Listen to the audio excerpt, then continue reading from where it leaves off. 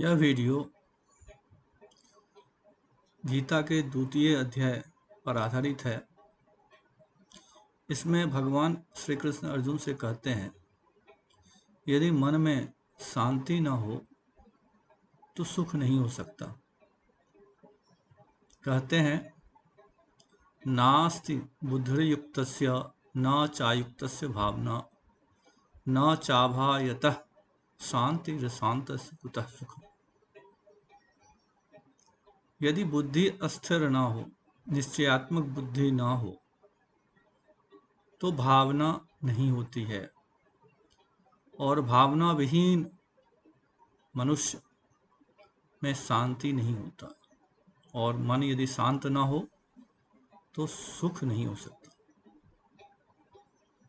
तो फिर कैसे ये सुख और शांति हो सकती है, उसके बारे में बताया है। प्रजहाति यदा कामान सर्वान पार्थ मनोगतान आत्मन्येवात्मनः तुष्टः स्थित प्रज्ञस्तोचते। यदि सभी कामनाओं का त्याग करते हैं और आत्मा से ही आत्मा में संतुष्ट हो, वह व्यक्ति स्थिर बुद्धि वाला होता है, वो स्थित प्रज्ञ होता है। और यदि स्थित प्रज्ञ होगा तो फिर वो उसमें शांति भी होगी और सुख भी होगा। दुखेषु दुर्मनः सुखेषु विगत स्प्रियः वीतराग भय क्रोध स्थिर दुर्मनि रुचते। जिस पुरुष का दुख में वो उसका मन उद्विग्न न हो और सुख होने से हर्षित न हो, और जिसमें आसक्ति भय और क्रोध न हो, उसी आदमी की बुद्धि स्थिर हो सकती है।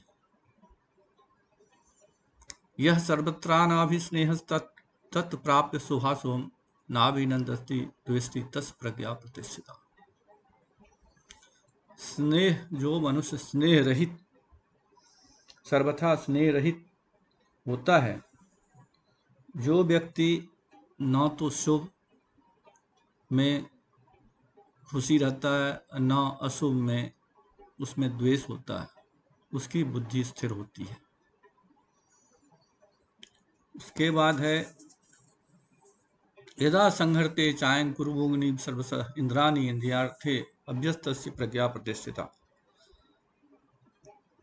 इससे कछुआ किसी भय से पूरे के पूरे अपने अंग को एक अंदर कर लेता है, उसी तरह से सभी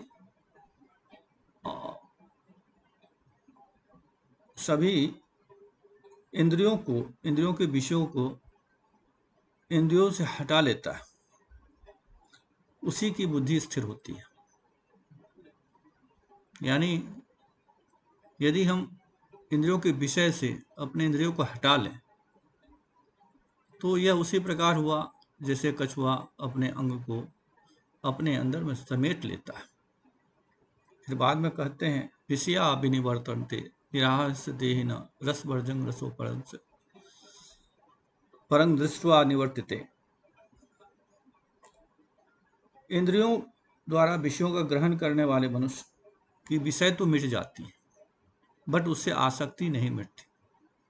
और जो स्थिर बुद्धि वाले पुरुष हैं, वो कितनों भी अच्छा रस वाला चीज हो, उससे वो दूर ही रहता है और उससे आसक्ति भी नहीं होती। जैसे कोई पदार्थ आपको सबसे अच्छा लगता है, तो और किसी ने बताया जो नहीं ये नहीं खाना है, तो आप उससे दूर रहते हैं, बट उससे आसक्ति आपकी जाती नहीं है।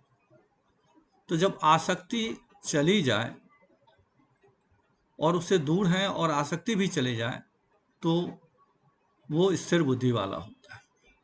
इसके आगे है, यत्तो ह्यापि कौन्तेय पुरुष विपश्यता इंद्राणी प्रमाथिनी हन्ति प्रसंभं मनः। आसक्ति के नाश नहीं होने से इंद्रियां इतनी प्रबल हो जाती है, वो इसे बस में करने के बावजूद भी वो मन को हर लेती है। इसके बाद तानि सर्वाणि संयम्य युक्त आसीत मत्परः वशे ही यस्य इंद्रियाणि तस्य प्रज्ञा प्रतिष्ठिता।